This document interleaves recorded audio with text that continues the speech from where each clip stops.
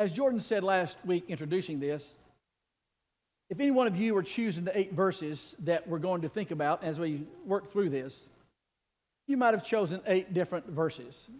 In fact, as he said, there was some discussion among ourselves as which 8 it must be. And this was one of those passages that was a discussion as to whether it fit in this line or not at this time. When I share with you what it is, you may think this really doesn't fit, that we took a big jump from Jeremiah 31 to Luke chapter 22. And we did. But there's something that's a tie-in that Jansen emphasized over and over again in his lesson this morning that ties this scene from the Garden of Gethsemane in with the narrative that we're trying to paint. I'd first like to read this with you, beginning Luke chapter 22. Luke chapter 22, and as we begin there, read, I think, beginning in, verse 39. Coming out, he went to the Mount of Olives, as he was accustomed. And his disciples also followed him. And when he came to the place, he said to them, "Pray that you may not enter into temptation." When he came to the place, he said to them, Pray that you may not enter into temptation. And he was withdrawn from them about a stone's throw. And he knelt down and prayed, saying, "Father, if it is your will, take this cup from me. Nevertheless, not my will, but yours be done." Then an angel appeared to him from heaven, strengthening him. And being in agony, he prayed more earnestly. And his sweat became like drops of blood falling to the ground. When he arose up from prayer, had come to his disciples, he found them sleeping from sorrow. Then he said to them, "Why did you sleep? Rise and pray, lest you fall into temptation." And while he was still speaking, behold, a multitude. And he who was called Judas, one of the 12, went before them and drew near to Jesus to kiss him. But Jesus said to Judas, "Are you betraying the Son of Man with a kiss?" When those around him saw what was going to happen, they said to the Lord, "Lord, shall we strike with the sword?" And one of them struck the servant of the high priest and cut off his right ear. But Jesus answered and said, "Permit even this." And he touched his ear, and he healed him. Then Jesus said to the chief priests, captains of the temple, and the elders who had come to him, "Have you come out against us as a robber with a sword and clubs? When I was with you daily in the temple, you did not try to seize me, but in this hour, in the power of darkness." And they arrested him. I don't know how that scene hits you, but every time that I read that scene, it is just a tremendously moving picture that has been painted. Matthew, Mark, and Luke each kind of paint a few different things about it, but essentially the same story. Luke leaves out some things that Matthew and Mark include. That's a powerful image that's painted there. Let's back up just a little bit.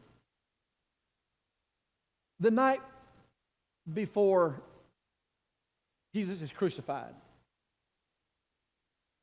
the disciples and Jesus are collected together in an upper room. And they have fallen to do the thing that they've been doing all along for 3+ years. They're arguing over who's going to be greatest in the kingdom of heaven. Luke records that just prior to our reading.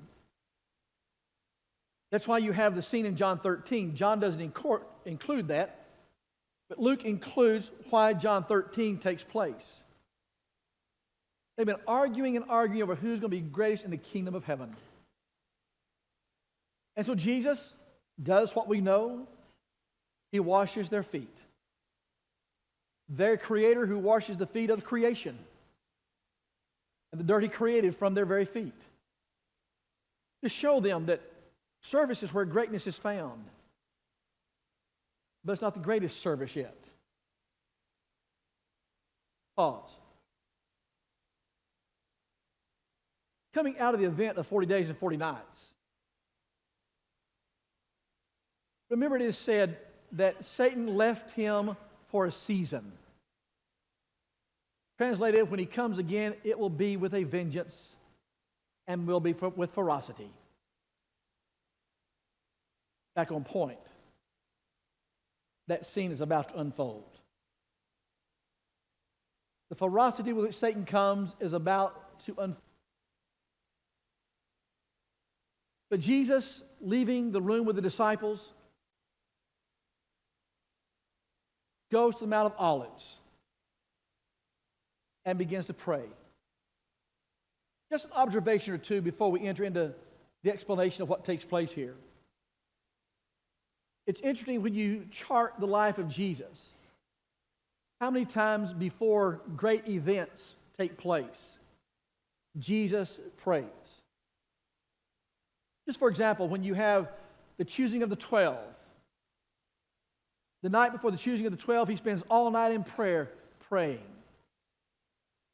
A time that is a momentous decision, because the choosing of these men is vital to the story that they will tell. If he gets this wrong, it will be a mistake without a remedy. Transfiguration. Following that, you have a prayer. Prior to his baptism, you have a prayer. And now, before this most pensive of moments that Jesus will face on the cross, he has this night that he pauses and there is a prayer. The second observation I'd like to make is that while these are not the very last words of Jesus, and not the very last words of Jesus to the disciples, they are some of the very last words of Jesus. He'll say more words on the cross, and after his resurrection, he'll meet the disciples in a room, and then he'll meet Thomas after that. And there are some words to follow. So these aren't the absolute very last words, but these are some of the very last words of Jesus to his disciples. I think that makes these important. And that underscores the scene that shall take place.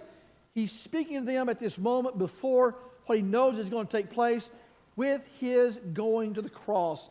And before the cross, these are the last words he shall speak before the cross. That makes these words important. The third observation I'd like to make is out on the boisterous waters, as the winds and the waves are tossing about, you don't have this kind of passion expressed. He just says, as though it's matter-of-factly, winds, be still. He goes into the house of a man whose daughter, he says, is asleep. Dismisses the crowd from the room. And again, seemingly matter-of-fact, tells the daughter to rise. A man comes with a withered hand. Though it's the Sabbath, that bothers some. Again, there's not a crescendo of attention that's paid to this, just matter of fact. He heals the man. But this occasion is different. There's something different about this. And so when we think about this, we look at the setting, first of all, of what's taking place. We look at the setting of this garden, and we think about, sorry, I got behind myself there. Look at the setting taking place. First of all, it says that coming out, he went to the Mount of Olives as his custom was. Pause there. He goes out to the Mount of Olives. You remember in the first miracle, his mother tries to get him to turn the water to wine. You remember his response? My hour has not yet come. And multiple times throughout the events that he interacts with people, the response is, my hour has not yet come. But now in John chapter 17 and verse 1, he said, my hour has come. Father, glorify me. The hour has now come. Jesus leaves that company of disciples where he's washed their feet and goes to the Mount of Olives. Why is that significant? Is that just there just as a geographical thing the narrator puts there in the story to tell us, oh, it's Mount of Olives? Not significant. What took place on the Mount of Olives? Do you remember what took place? It wasn't called the Mount of Olives. There was a boy that said, Dad, where's the lamb? It was Mount Moriah. That's this mount.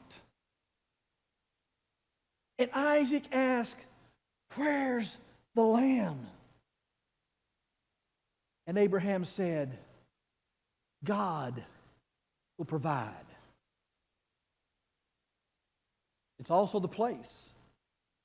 The mountain David bought to be able to build the temple, he was restrained from doing so. But where Solomon built that extravagant temple, and remember that temple was filled with the glory of God. That's this mount. But do you remember it was destroyed? And with the wave of the exiles coming out of bondage, they at least laid the foundation. They got stuck on high center with their own business after that, but at least they laid the foundation. And Herod comes 500 years later and expands all of it with this great, magnificent edifice they call the temple. It was Herod's temple, not the Lord's. All that's on the Mount of Olives. What takes place doesn't take place on the Mount of Olives. So it says he goes to the Mount of Olives because there's a valley there. And that valley there is called the Garden of Gethsemane. It was a garden that was filled with olive trees. And it was a garden that evidently Jesus visited quite often because the text says it was his custom to go there. It might have been that it was a secret where the upper room was at. But this is no secret. Jesus goes there as is his custom. It's the ordinary thing for him to go there. And Judas would have known that's where he was at when he left the washing of the feet. Before the washing of the feet took place, following that, Judas has made the deal. And after that, he goes and is going to deliver Jesus with a kiss. But it's interesting that Jesus says, did you come to betray me with a kiss? It's Judas's full intention. When you read the fuller development of this scene in the Gospel of John, you'll find it wasn't the kiss that betrayed. It was Judas's intention. But Jesus steps out and says, who are you looking for? And they see Jesus of Nazareth. Get this. 600 soldiers. Lanterns lit. Doubtless filled with drunken courage. Come, as though they're going to drag him like a rabbit out of his den, screaming and shouting. And he says, who are you looking for? And they say, Jesus of Nazareth. And he said, I am he. And they all fell backwards. You get that? Did you see that? And then they picked themselves up again. And picking themselves up again, he asked the question one more time. And they take him. They arrest him. And the fake arrest, the fake justice takes place. The backup to the story as we jumped ahead. The cross is looming ever brighter, ever more, ever pressing more. The cross is looming. These disciples have been with Jesus, and as far as they're concerned, this cannot and will not happen. They said, shall we take the sword? Jesus, in essence, says, put your swords away. That's the setting that's taking place. Pardon me. It pays to breathe and swallow. The second thing I want you to see, I want you to see the suffering that takes place in the garden. Luke records 2 times that Jesus approaches his disciples. Matthew and Mark include 3 times that Jesus approaches his disciples. What he says to them is, pray that you may not enter into temptation. What is the temptation that they may likely enter into? Well, what has just taken place? They have just been arguing over who's greatest in the kingdom of heaven. That may be part of it. Also, Peter has spoken and said, all men may fail you, but I will not. Maybe that's part of it too. Maybe he's afraid that after the arrest they'll scatter to the 4 winds, which essentially is what most of them do following the resurrection. But there's something that Jesus is concerned about his disciples. He says, pray that you enter not into temptation. And he tells them this 3 different times. It seems to me to be something important that stands out. But after he tells them this, notice the text says in verse 41, and he was withdrawn from them about a stone's throw, and he knelt down and prayed. What did he pray? Father, if it's your will, take this cup away from me. Nevertheless, not my will, but yours be done. I want to talk about that in just a moment before we expose the rest of the text here. What does Jesus pray when he prays that? Let me aver something for you. First of all, I don't think this particular saying or the larger text that covers this indicates at all that Jesus now has a doubt about whether he should go to the cross or not. I don't think he comes to this moment, pensive though it may be, as filled with emotion and anguish as the text says that it is, and comes to the conclusion that now our salvation, his dying on the cross, is now an option to find an out. I don't think what he's saying here is, I know it's there, but if you've got another choice, can we take the other choice? I don't think that's what he's averring at all here. In fact, when you find out about his birth, it says he came to take the sins of his people away. When he's identified by John, he said, the Lamb that takes away the sin of the world. For this he knew he was coming. Holding your finger or putting your marker in Luke chapter 22, turn to Hebrews chapter 5. I think the Hebrew writer of chapter 5 here shares something significant with us. I'm sorry, chapter 10. Chapter 10, beginning in verse 5. Hebrews chapter 10, look at verse 5. Therefore, when he came into the world, he said, sacrifice and offering you did not desire, but a body you have prepared for me. In burnt offering and sacrifices, you had no pleasure. Then I said, behold, I have come. It is written in the volume of the book, it is written to do your will. Previously saying, sacrifice and offering, burnt offerings and offering for sin, you did not desire, nor have pleasure in them, which are offered according to the law. Then he said, behold, I have come to do your will, O God. He takes away the first, that he may establish the second. By that will we have been sanctified through the offering of the body of Jesus Christ once for all. Does that sound like the Hebrew writer is telling us that when the Lord prays that prayer, he's got a doubt about whether he can do this or not, or maybe there's another option here, that if there's another option, can I choose that? Does that sound like there's an uncertainty there? No. Now turn back to Hebrews chapter 5 and look at verse 7. Hebrews chapter 5 and verse 7. When the days of his flesh, when he offered prayers and supplications, and vehement cries and tears to him who was able to save him from death, and was heard because of his godly fear.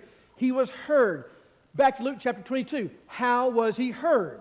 It says in verse 43, then an angel strengthened him from heaven. Then an angel appeared to him from heaven and strengthened him.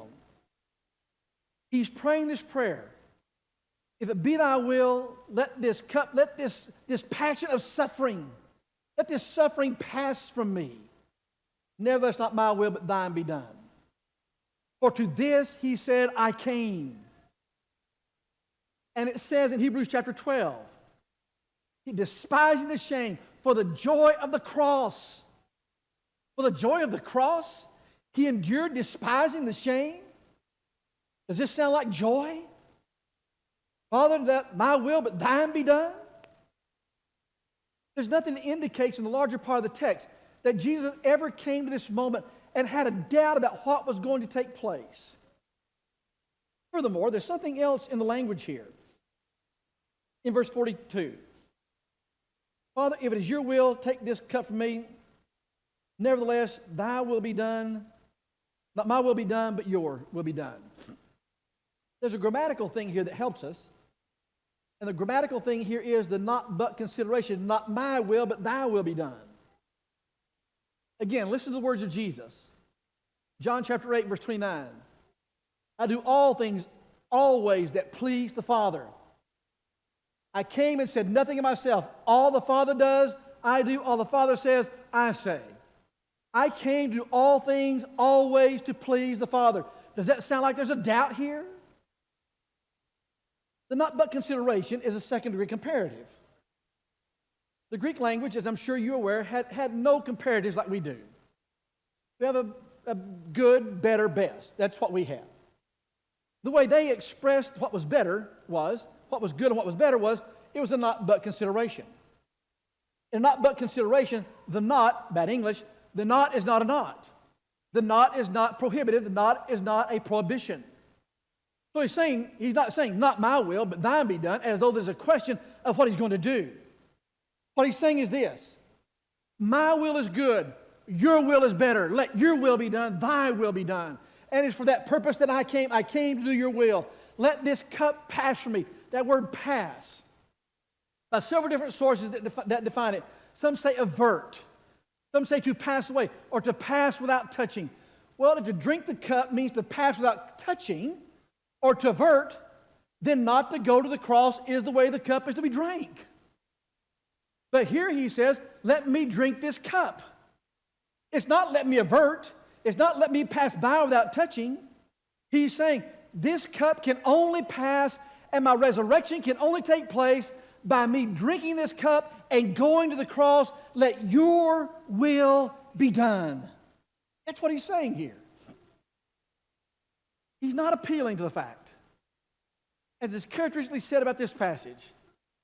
He's got this pensive moment, and now he's kind of scared about doing this. There's no doubt there was mental and emotional anguish. The text says he sweat as it was, great drops of blood.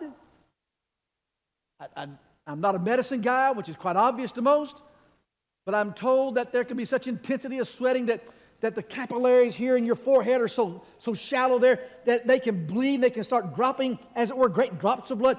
You see the anguish of his spirit here. There's not an anguish of saying, I don't want to go. The anguish is, I know what pain is. He would have known what crucifixion is. He would have seen crucifixion. It was not novel. It was not novel at this time. This didn't just come with Jesus. It had been taking place for years. The Persians had perfected it. He knows what the cross is. But even knowing the cross, he says, I can only drink this cup and have the resurrection take place and eternal salvation secured for all man when I do your will, and to do your will, that's what I came for. I think that's what he's saying here. This is not a statement of doubt. This is not a statement of question. This is an affirmation of strength, an affirmation of positiveness, an affirmation of hope. Yes, I will drink this cup and I will do your will, O Father. When he comes to the disciples, he tells them, be careful that you enter not into temptation. They go to sleep. He's awake and praying. He prays and succeeds. They sleep and fail. They can't stay awake for this moment with him. It seems like Peter, James, and John are the ones that have accompanied here. But the text says they're so wearied with sorrow. And while Jesus was still speaking these things, Judas comes. This is a very active night of what's taking place in the life of Jesus in Gethsemane. In John 13, he washed their feet. He took the Passover supper and inaugurated the memorial of the new covenant, the Lord's Supper. That new covenant that Jenkins spoke about from Jeremiah chapter 31. And to have that new covenant established, Jesus must go to the cross. And he said, I will drink that cup. I will do your will. You see, Gethsemane is an extension of what Jeremiah chapter 31 through 34 is talking about. Here you have the inestimable, the immeasurable love of God expressed. But here you have the new covenant assured by the blood of Christ that He knows He's going to offer on the cross. I'm not saying this is party time. There was anguish with this. There was great, deep anguish with this on His part and the part of the disciples.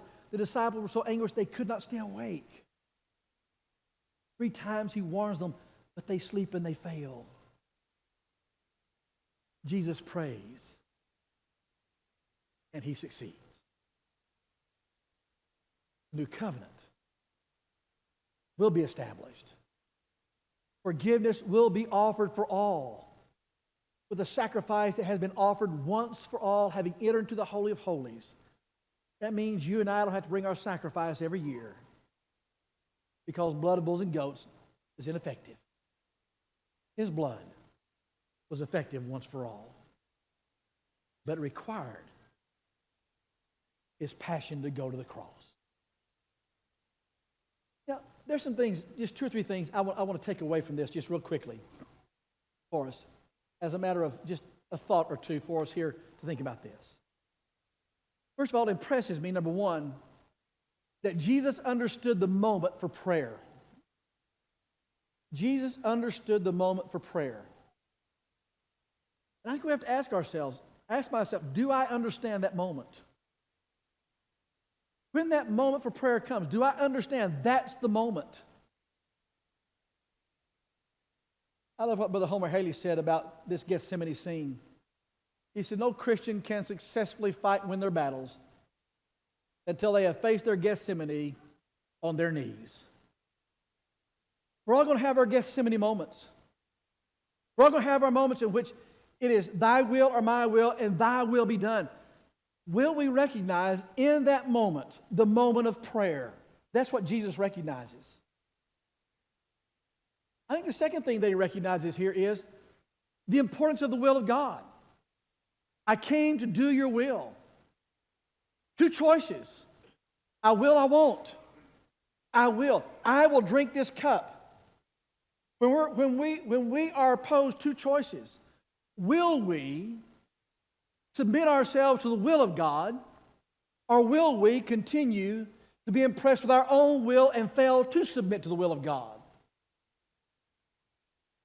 I think, just from the book of Rickie, I think when the day comes and we stand before the Lord and He says, why did you fail? It's not going to be because I wasn't baptized.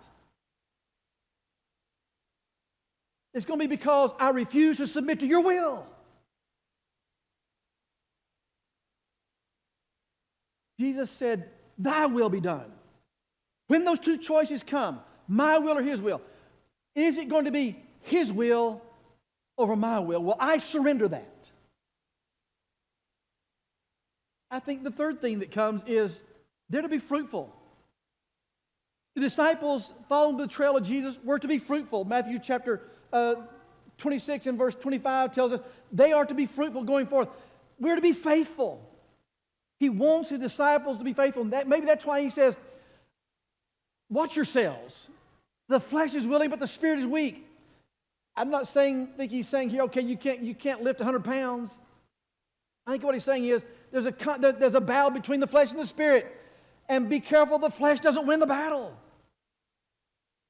Be faithful. Bring that flesh into submission to the Spirit, and your spirit into submission to my spirit. Oh, I think what He's telling them here is, you be faithful.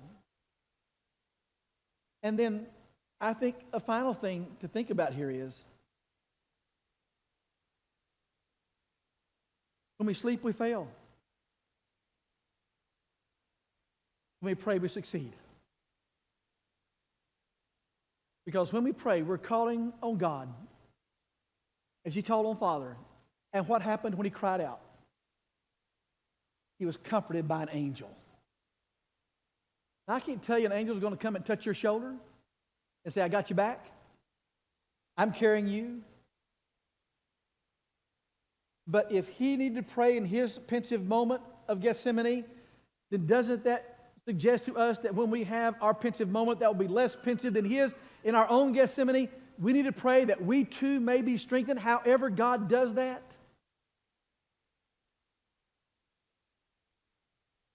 In fact, isn't that Paul's prayer in the book of Ephesians, the second prayer? Ephesians chapter 3, that you may be strengthened with might in the inner man, mightily in the inner man. Here Jesus is strengthened.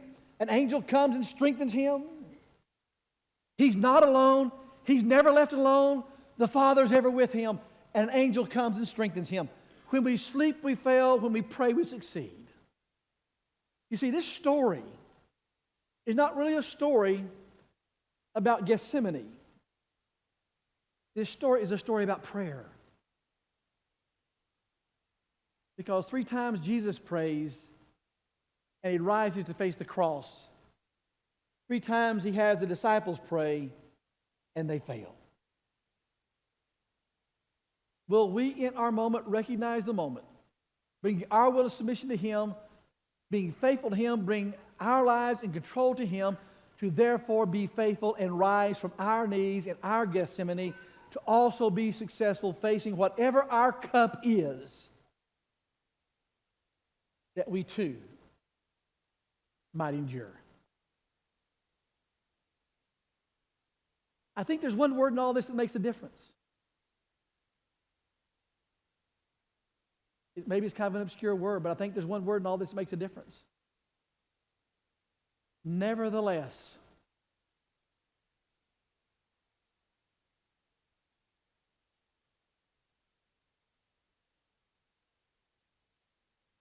Nevertheless. You see, God's not deflated. God's not defeated in this. The question is, will I say, nevertheless, your will be done? And when his will is done, we will be brought into covenant relationship with him, have our sins forgiven, to be remembered no more. Do you need that covenant relationship this morning? He wants us to have that. He didn't send his son to the cross because he had nothing better to do that day. He sent his son to the cross, and his son willingly went to the cross. So we might have that hope that he provides, all salvation. If we can help you, I want you to come while we stand and while we sing. Thank you for connecting with us this morning. We're so thankful that you were able to do that. If you have questions, we'd love to have the opportunity to talk to you. You can contact us at www.thebibleway.com or questions@thebibleway.com. Questions@thebibleway.com. We'd love to have you in person. Come if you can. But thank you for connecting with us.